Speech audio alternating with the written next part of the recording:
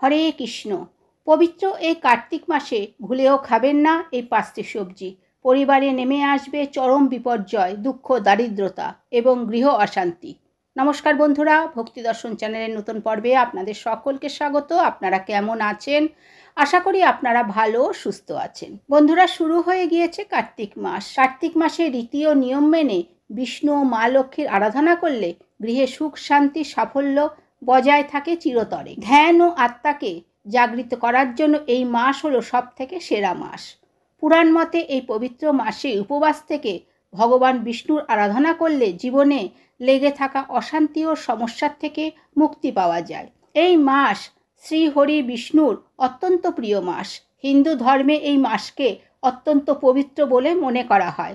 কার্তিক মাসকে দামোদর মাসও বলা হয়ে থাকে। এই কার্তিক মাসে শুধু পুজো পাঠই নয়, খাওয়া দাওয়া নিয়েও বেশ কিছু নিয়মের কথা শাস্ত্রে উল্লেখ রয়েছে।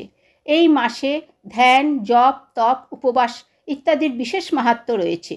নিয়ম অনুযায়ী এই মাসে ব্রহ্মচর্য পালন, ভূমিতে শয়ন, নিরামিষ বা সাত্ত্বিক আহার ভোজন, প্রাতঃস্নান, প্রদীপদান ও তুলসী পূজনের মাধ্যমে মোক্ষ লাভ করে থাকেন ভক্তরা।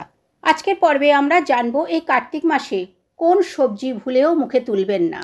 এই সবজিগুলি খেলে নানা প্রকার রোগ, ব্যাধি, জ্বালা, যন্ত্রণায় ভুগতে হতে পারে সারা বছর। এবং কিছু খাবার রয়েছে যেগুলি এই কার্তিক মাসে গ্রহণ করলে সারা বছর থাকবেন সুস্থ ও নিরোগ। তাই আজকে এই ভিডিওর মাধ্যমে জানব কার্তিক মাসে কোন কোন খাবারগুলি গ্রহণ করা একদমই উচিত নয় এবং কোন কোন খাবারগুলি গ্রহণ করবেন। ভিডিওটি সম্পূর্ণ দেখার অনুরোধ রইল। তার আগে বন্ধুরা, এখনও যারা ভক্তি দর্শনম চ্যানেলটিকে সাবস্ক্রাইব করেননি তারা চ্যানেলটিকে সাবস্ক্রাইব করে পাশে থাকা অল নোটিফিকেশনে ক্লিক করে দেবেন পরবর্তী ভিডিওটি পাওয়ার জন্য। এবার আসছি মূল বিষয়ে। এই পবিত্র কার্তিক মাসে যে খাবারগুলি বর্জন করতে হবে সেগুলি হলো মাছ, মাংস, ডিম, পেঁয়াজ, রসুন। হিন্দু ধর্মীয় গ্রন্থ অনুসারে পরামর্শ দেওয়া হয় যে এই পবিত্র কার্তিক মাসে আমিষ আহার গ্রহণ করা একেবারেই উচিত নয়। এই মাসে আমিষ আহার গ্রহণ করলে নরকেও ঠাঁই হয় না বলে বিশ্বাস করা হয়। চিকিৎসা বিজ্ঞান মতে এই মাসে প্রাণীদের প্রজনন প্রক্রিয়া শুরু হয় এবং তাদের শরীরে বিভিন্ন রোগের সৃষ্টি হয়। সেই কারণে এই মাসে আমিষ জাতীয় খাবার গ্রহণ করলে হজমের ব্যাঘাত ঘটে। সনাতন ধর্মে উল্লিখিত আছে কার্তিক মাসে ভগবান শ্রীবিষ্ণু মৎস্য অবতার নিয়েছিলেন। তাই এই মাসে ভুলেও মাছ খাওয়া উচিত নয়। এর ফলে নরক যন্ত্রণা ভোগ করতে হতে পারে। এই পবিত্র কার্তিক মাসে কিছু সবজি রয়েছে যেগুলি বর্জন করা উচিত। বিশেষজ্ঞদের মতে এই কার্তিক মাসে করলা পাকে, আর পাকা করলায় অনেক সময় ব্যাকটেরিয়ার আক্রমণ ঘটে। আর এই সময় এই পাকা করলা খাওয়ার ফলে ফুড পয়জনিং সহ অন্যান্য রোগে আক্রান্ত হওয়ার সম্ভাবনা থাকে। এই পবিত্র কার্তিক মাস ভগবান বিষ্ণুর উপাসনার মাস হিসেবে বিবেচিত করা হয়। এই মাসে তেল ও মশলাদার এবং গরম খাবার এড়িয়ে চলা উচিত।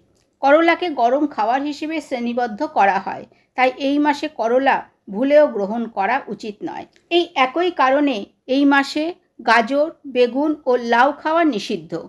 এই মাসে বেশি বীজযুক্ত খাবার যেমন বরবটি, পটল এবং শিম খাওয়া একেবারেই উচিত নয়। সবজি ছাড়াও প্রচুর বীজযুক্ত ফল এই কার্তিক মাসে বর্জন করা উচিত। কার্তিক মাসে দই ও মাখন খাওয়ার থেকে বিরত থাকা উচিত। শাস্ত্রমতে এই মাসে দই খাওয়া নিষিদ্ধ বলে মনে করা হয়, কিন্তু দইয়ের পরিবর্তে এই মাসে দুধ খাওয়া যেতে পারে।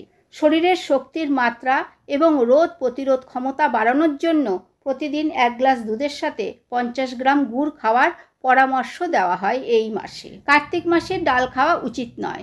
বিশেষ করে উড়দ, মুগ, মুসুর, ছোলা ও মটর ডাল খাওয়া একেবারেই উচিত নয়। মনে করা হয় এইগুলি খেলে পাকস্থলী সংক্রান্ত সমস্যা ও পাচনতন্ত্রের ব্যাঘাত ঘটতে পারে।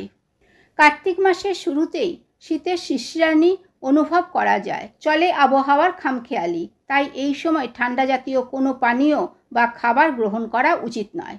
কার্তিক মাসে প্রতিদিন যে খাবারটি খাওয়া উচিত সেটি হলো গুড়। খাবার হজমের জন্য গুড় খাওয়া ভালো। এছাড়া আবহাওয়ার খামখেয়ালির জন্য গুড় রোগ প্রতিরোধ ক্ষমতা বৃদ্ধি করতে সাহায্য করে। এর পাশাপাশি গুড় রক্তচাপ নিয়ন্ত্রণ করতে ও সর্দি কাশির সমস্যা দূর করতে সাহায্য করে। তাই কার্তিক মাসে গুড় প্রত্যেক দিন সকলের খাওয়া উচিত। এই মাসে কালো লবণ ব্যবহার করুন। হঠাৎ আবহাওয়ার পরিবর্তনের ফলে এই সময় তীব্র অ্যাসিডিটির সম্ভাবনা দেখা দিতে পারে। তাই এই সময় রাতে গুড়, জল ও কালো লবণের মিশ্রণ খেলে অ্যাসিডিটি নিয়ন্ত্রণে সাহায্য করতে পারে। কার্তিক মাসে আমরা তুলসী গাছের পুজো করে থাকি। তবে এই সময় তুলসী পাতা বা তুলসী পাতার রস খেলে সেটি শরীরের অ্যালার্জির চিকিৎসায় সাহায্য করতে সম্ভব হয়। আবহাওয়া পরিবর্তনের কারণে ধুলোকণা এবং ব্যাকটেরিয়া সহজেই খাবার দূষিত করে। তাই তুলসী পাতা ব্যবহার করলে তা খাবারের জন্য নিরাপদ হয়ে ওঠে। বন্ধুরা, তবে তুলসী পাতা খাওয়ার সময় সেটি দাঁতে চিবিয়ে খাবেন না, গিলে খাওয়ার চেষ্টা করবেন।